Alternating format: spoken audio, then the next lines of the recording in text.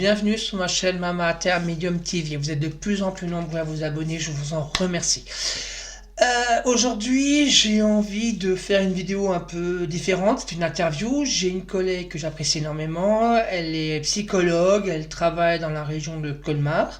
Vous trouverez ses coordonnées ici et vous aurez aussi le descriptif, vous pourrez trouver ses coordonnées, son site internet, son téléphone, etc. Je vous souhaite un très bon visionnage et je vous dis à tout à l'heure.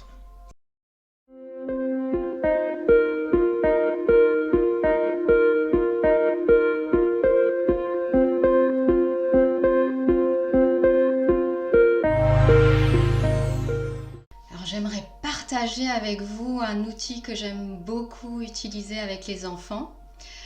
C'est un outil qui est très intéressant pour travailler autour des émotions.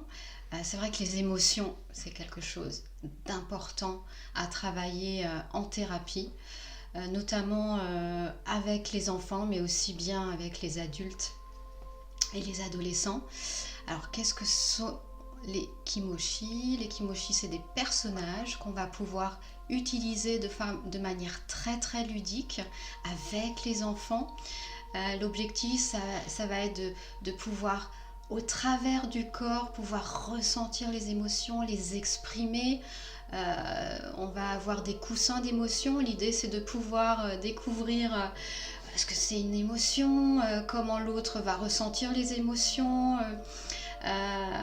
C'est vrai que ça peut être utilisé dans le cadre individuel au sein du cabinet où j'exerce en tant que psychologue à Colmar, mais aussi en atelier en extrascolaire ou à l'école même, pour pouvoir justement leur permettre cet espace de parole et puis dans un cadre sécurisant et bienveillant, pour développer l'empathie, parce que l'objectif, c'est de pouvoir, pour l'enfant, d'être plus assuré, être conscient que une émotion, c'est important qu'on puisse la ressentir, qu'il n'est pas seul à le ressentir. Donc il y a cette empathie, il peut voir que l'autre peut peut-être ressentir la même chose que lui, la peur, la frustration. Il y a énormément de matériel autour de ces kimochi, des petits coussins d'émotions. On va avoir 33 émotions.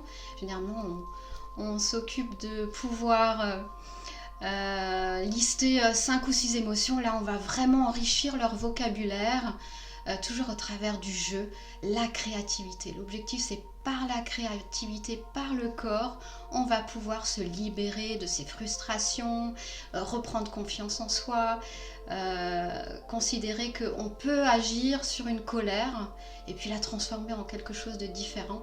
Bref, c'est un outil très intéressant et à découvrir si vous voulez plus de renseignements.